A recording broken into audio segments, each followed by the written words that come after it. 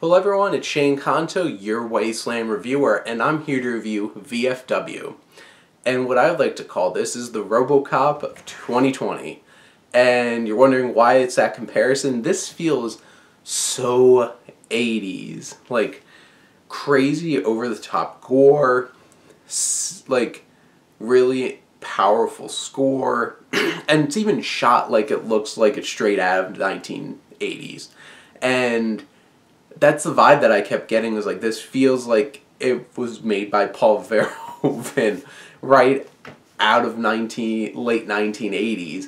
And this is about a group of veterans at their VFW who have this young woman run into their bar who's running away from a group of these crazy drug dealers because her sister is murdered and by being forced to take one of these new drugs.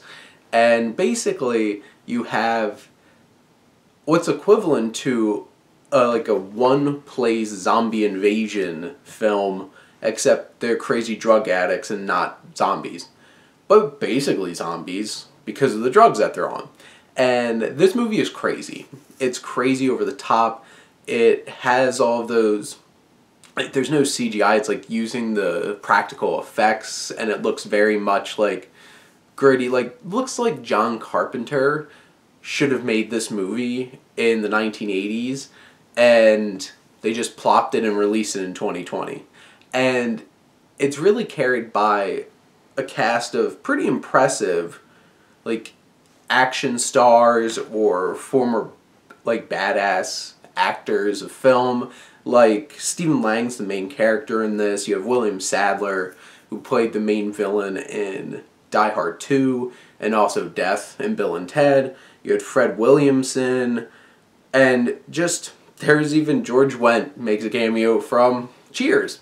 And it's this group of veterans who put up this fight. It's a very scrappy movie. It's about this ragtag group of veterans and a young veteran who came back as well, trying to protect this bar and stand their ground against this decaying society, because it's pretty dystopian at this point.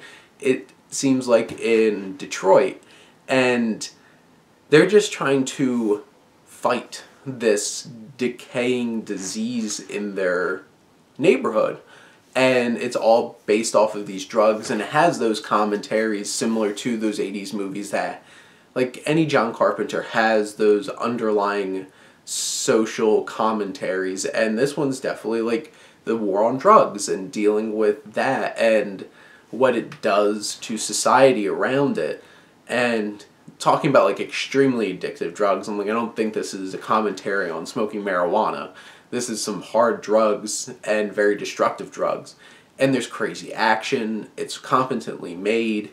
This is directed by Joe Begos, who seems to have made a lot of films in this vein where it's highly influenced with this kind of tone. And it has a very distinct visual palette. It's very grainy in terms of how it's shot. This is very much trying to make you feel like you're watching a movie that was released in the late 1980s and just got shelved until 2020 and nobody has seen it.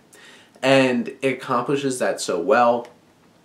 There might not be as much depth to this film, and after a while it's just blood and guts and just out there. And I don't know if the political commentary or the social commentary is biting as films like RoboCop, but I did really enjoy this film a lot, and I'd highly recommend this.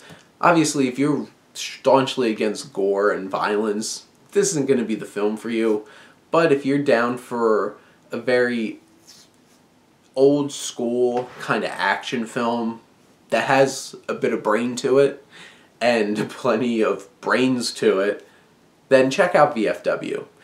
I rented it on Amazon, but those are my thoughts on VFW. Let me know what you think, and let's talk some movies.